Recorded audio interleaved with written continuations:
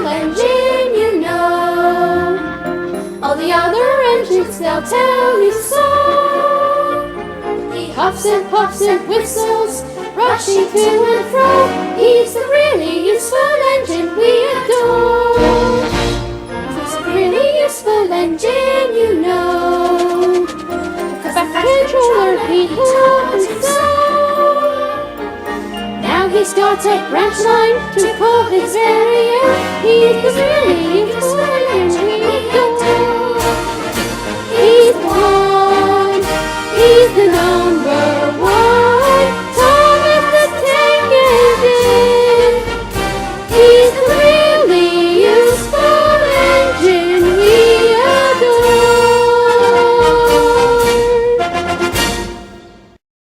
The Fat Controller's engines are proud of how useful they are. It makes them feel important. But none of them feels more important than Gordon. Watch out, Gordon wished. You'll get my paint all sooty. Pulling trucks is a sooty job, teased Salty, but then you wouldn't know. Of course not, Gordon huffed importantly. Express engines don't pull trucks. It wouldn't be dignified.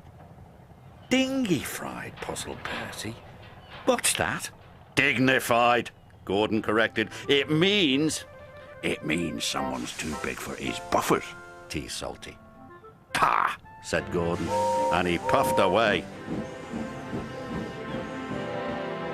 That evening, fog covered the island of Sodor. Everything slowed down, and soon the docks were packed with waiting trucks. This caused confusion and delay. The Fat Controller came to the sheds. He was in a great hurry. "Henry, Thomas and Percy," he said, "you must go to the docks immediately." "Yes, sir," they whistled.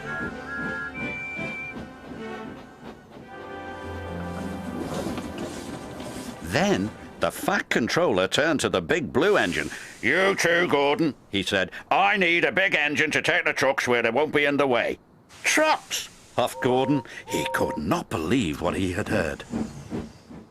Gordon wasn't happy to be pulling trucks. He waited impatiently while they were shunted into place. Hurry up, chuffed Gordon crossly. "Why the rush, Gordon?" asked Thomas. "If I must pull trucks, then I'll show Salty how an express engine pulls trucks," Gordon huffed. "Careful, Captain," Salty tooted. "You don't want to get too big for your buffers."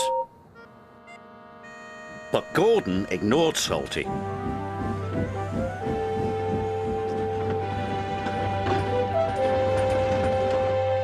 The next morning, Gordon raced along with his heavy load. "Now this is how you pull trucks," he puffed. But the signalman had accidentally left the point switched to the branch line. Gordon rattled through the junction. "That's strange," he exclaimed. "I'm on the branch line."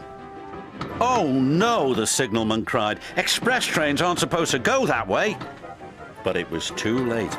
Gordon had already raced into the distance. The old branch line was weak and rusty. There were signs warning all the trains to go slow. But Gordon ignored the signs. "I'm an express engine, I don't go slow," he said, and he went even faster. The branch line couldn't take his weight, and the rails buckled. "Oh, help!" Gordon cried as he slid off the tracks and into a field.